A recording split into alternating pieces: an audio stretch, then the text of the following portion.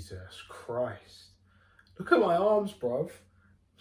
Gee. Now, before I properly start this video, I just want to say that, yeah, I have a video planned, and that video planned, hopefully in the coming weeks, is going to be a Q&A. I know, not very original, but yeah, it's something I've wanted to do. So if you have any questions, just drop them down below. I put it on Facebook and on Twitter, and I only got about 3 questions. So yeah, if you have any questions down below for an upcoming Q&A, please do drop them in the comments. And yeah, now let's go into the video. Hello there everyone, welcome back to the channel. My name is Elliot Webber and welcome back to episode 5 of Webber's Race Roundup. Of course, episode 5 for it being round 5 that we're talking about, round 5 of the BTCC season. And this one got a bit spicy, didn't it? First of all, this weekend was really good. Well, really good. Really good compared to Thruxton. This weekend was much better than Thruxton. We had racing. We actually had racing this time around. We did have a double winner, but not the double winner you were probably thinking. And my oh my, race 3. Again, we will have to talk about race 3. But yeah, before we do that, let's talk about qualifying. So yes, qualifying at Alton Park, which kicked off last Saturday. It was a pretty decent session, pretty decent. It was the return of the top 10 shootout. So of course we'd have the regular Q1 where we would see, of course, all the drivers go out, and then of course Q2 would be the top 10 shootout where the top 10 from Q1 would have their own session. Of course, you know that by now. So yeah, again, I've got to go straight into it. Ash Sutton, he took pole position once again. It would be his 3rd pole position in a row, and it would be Napa's 5th pole position of the season. So Napa at the minute have 100% of the pole positions so far this season. Can they do the 100? Can they get another 5 pole positions? That would certainly be a nice record for Napa. And of course, for the Motorbase entity, it would be once again the 2nd time they'd get 3 in a row, because of course in 2015 Matt Jackson would take 3 pole positions in a row at Rockingham, Silverstone and Brands GP in 2015. So yeah, a nice little another sort of record that Napa have technically equalled. Of course it is still Motorbase, but yeah, for the Napa racing team, a solid record and a solid season there, of course, having, as said, for Ash Sutton, of course, another pole meant another point, which meant a tiny little championship margin was extended. Would that be extended in the next few races? Well, I'll talk about it in a sec. So yeah, it would be Ash Sutton getting pole position. He would be joined on the front row by Jake Hill. Jake Hill, someone who I think finally came into his own this weekend, and we will talk about him later. So Jake Hill would take 2nd place. And Ricky Collard would take P3, an incredible qualifying by Ricky. So far, I think he has been the best Toyota driver on the grid. What Ricky is doing this year is absolutely incredible, and the fact that he hasn't even got a podium to talk about the amazing season he's having, I think, yeah, is a bit of a robbery. And hopefully Ricky can get that podium and hopefully win back his first race win, which of course we know should have come up Brands Hatch. So yeah, that was the top 3. Ash Sutton for Napa Racing, Jake Hill for Laser Tools Racing with MB Motorsport BMW, and then Ricky Collard for Toyota Gazoo Racing, rounding out the top 3. Now, my stars of the session, once again, we're doing multiple stars for the qualifying session. Actually, or are we?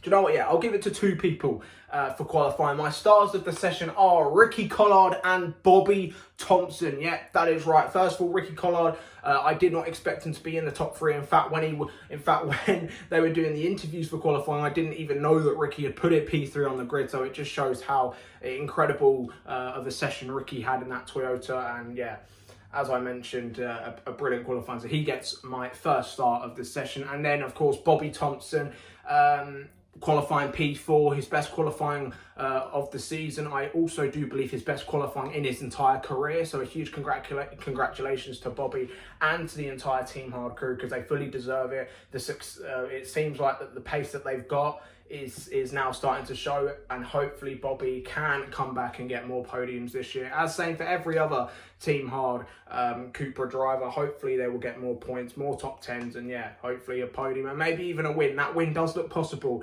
in a reverse grid.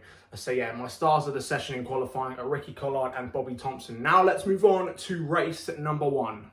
So race number 1 at Alton Park kicked off on the Sunday afternoon, and it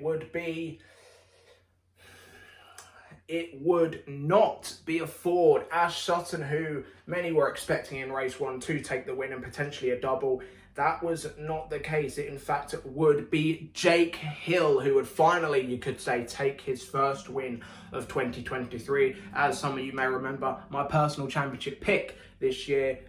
So Jake Hill, to see him finally get that first win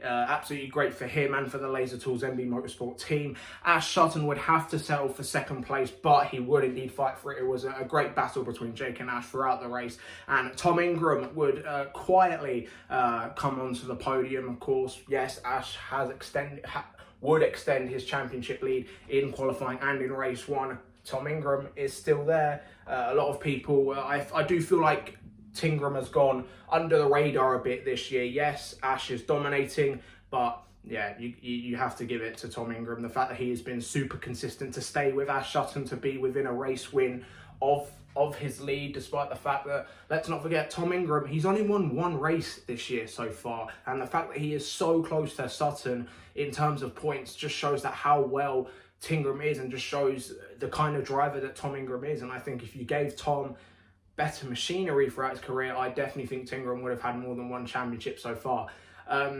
But yeah, that is your top 3. Jake Hill winning race number 1 from Ash Sutton in P2, and then Tom Ingram rounding out the podium. Now, my driver of the race for race number 1, no doubt about it, is Colin Turkington. Now, I know some of you are probably going to be saying, well, why Colin? Well, of course, if you've watched the race, you will know that at the end of qualifying, Colin Turkington was disqualified for not having enough fuel for sampling at the end of qualifying, which of course meant he was thrown to the back of the grid. And yes, he would put on the soft tyre. He did drive absolutely incredibly to finish from 27th to P9. An absolutely phenomenal job by Colin Turkington, and a Colin Turkington that I wish this is the Colin Turkington we saw in that race 1 is the Colin Turkington that I think a lot of people have been asking for the past few years. The man who gets his elbows out, makes the moves when it matters. You know, this is the Colin Turkington I wish we can see more of. The Colin Turkington that is ruthless, that just, you know, leaves no one. Like, an utterly phenomenal performance by Colin Turkington, which is why he gets my driver of the race in race number 1. Nothing else I think has to be said. As I mentioned, Colin Turkington, with that performance, he is of course P4, I believe, in the standings roughly, or I believe he was 3rd actually at the end of race 1. But yeah, Colin Turkington is someone who, he is still a champion level driver, which is why I think he's still in this championship. You know, a lot of people have said that in recent years he probably should retire, but after that first race, I don't think so. I think Colin Turkington is definitely someone who should be on this grid at least for another 2 years, because, well, I don't think there's a championship in him anymore. I do think that Colin Turkington is still good enough to maintain his competitiveness. So yeah, as I mentioned, Colin Turkington gets driver of the race in race number 1. Now let's move on to race number 2. So race number 2 kicked off later on in the day on the Sunday, and well, Jake Hill, he got the start done once again, and he would pretty much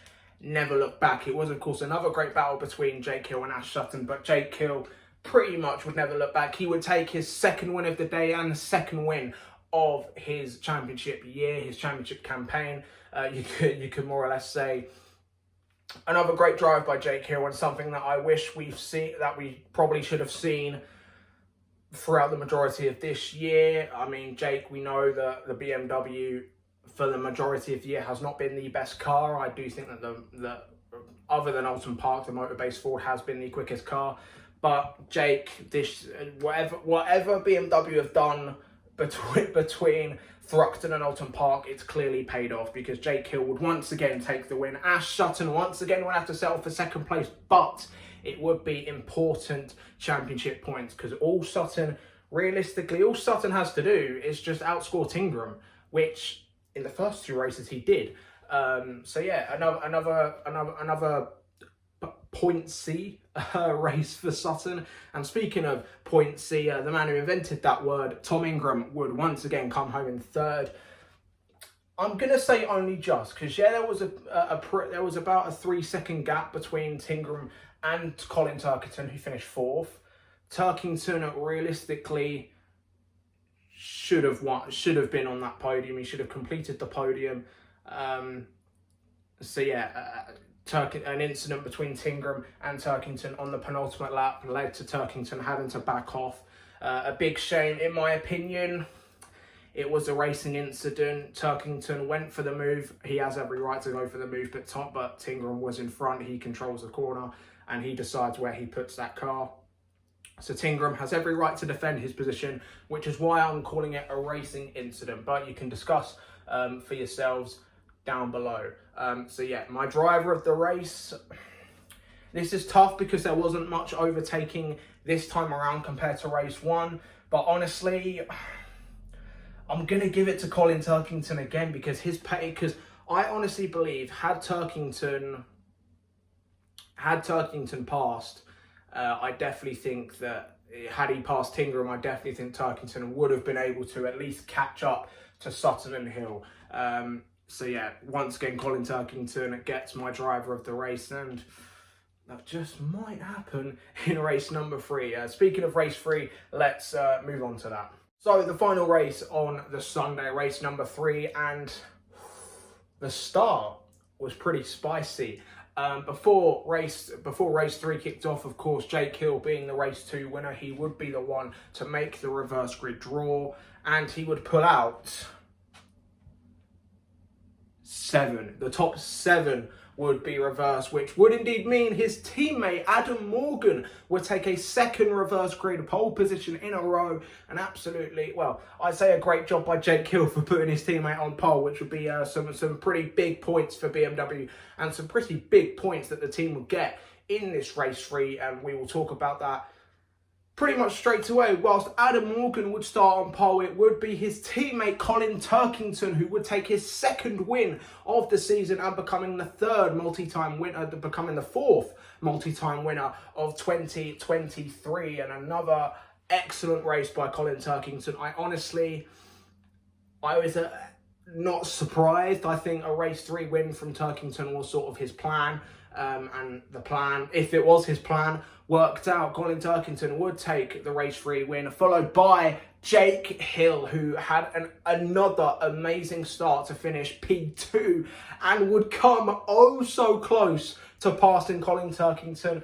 And just imagine Jake Hill if he had won that race 3. Of course, he came oh so close to making history for the 3rd time. Of course, we know 3 wins out of 3 have only been done twice before. Dan Eves at Thruxton in 2005 in the famous Integra, one of my favourite BTCC cars of all time. And then, of course, it would happen again. Brands GP, Jason Plato in 2009 in his famous Chevrolet Lacetti.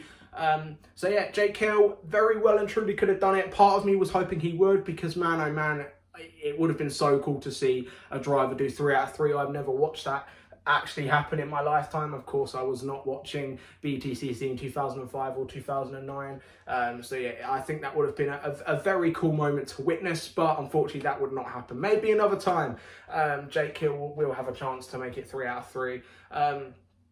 But yeah, Turkington and Jake Hill, I think, were in a league of their own that weekend.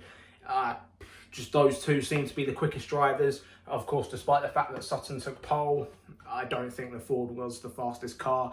Adam Morgan would round off the podium. So as I mentioned, big points for Team BMW and another solid podium for Adam Morgan this year. Now, we need to talk about Ash Sutton, don't we? Because some of you are probably wondering, well, Elliot, if he wasn't on the podium, where was he? Was he 4th? Was he 5th? Was he 6th? Was he ahead of Tom Ingram? He was not ahead of Tom Ingram. He would not even score points because he would not even finish. In fact, he would only make turn 1, and even then he would make turn 1 with 3 wheels pretty much on his wagon. There was a start line incident, you could say, between championship rivals Tom Ingram and Ash Sutton. What would happen was, well, Tom Ingram was ahead of Ash Sutton due to the reverse grid, and Tom Ingram got a better start. I think Sutton got a better launch, but overall better start was made by Tom Ingram. Tom Ingram would then try and pass one of the BMWs I think he was trying to pass because he got a better start. And then, yeah, and then those two would just make a little bit of contact and Sutton would hit the wall, breaking his, I believe it was the toe link, but it could have been the front suspension. So he broke the toe, pretty much the toe link and the suspension. I'm going to say toe link for now, but if I'm wrong, do let me know in the comments below. So he broke his front right toe link, which unfortunately would mean the end to Ash Sutton's race straight away, and he was not a very happy chappy. You could tell as soon as he got out of the car, he was not very happy with Tom Ingram. Now, I'm going to give my opinion on this. I did put my opinion out there on Twitter on last Sunday, the day it happened. I'm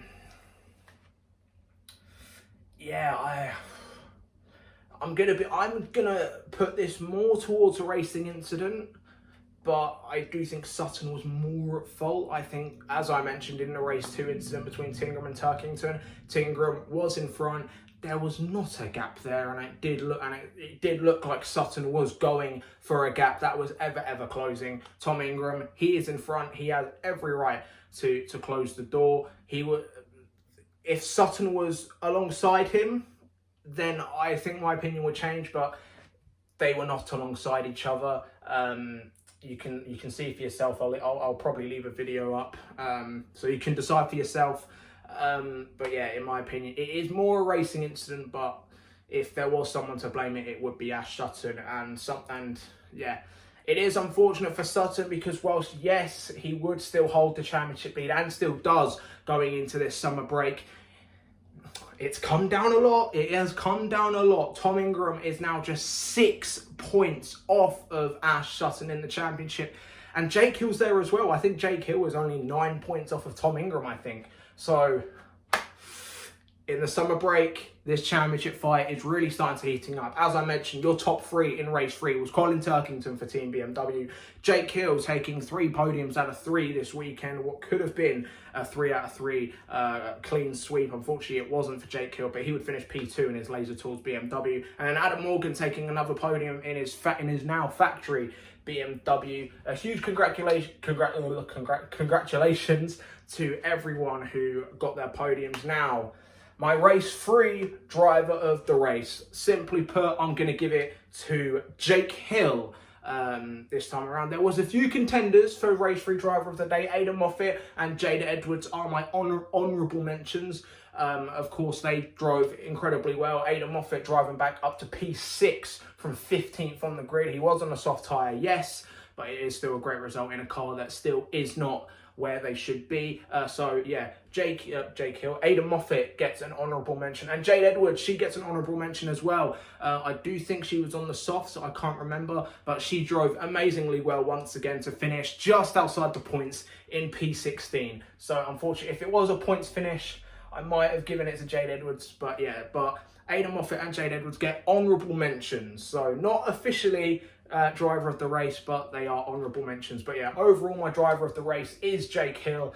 An incredible race from him, an incredible start, some incredible passes. Jake Hill fully deserves that race 3 driver of the race. Now, my overall driver of the day, or driver of the weekend, or whatever you want to call this segment. Of course, you will know the segment as the driver who I believe has performed the best throughout all 3 races and through qualifying.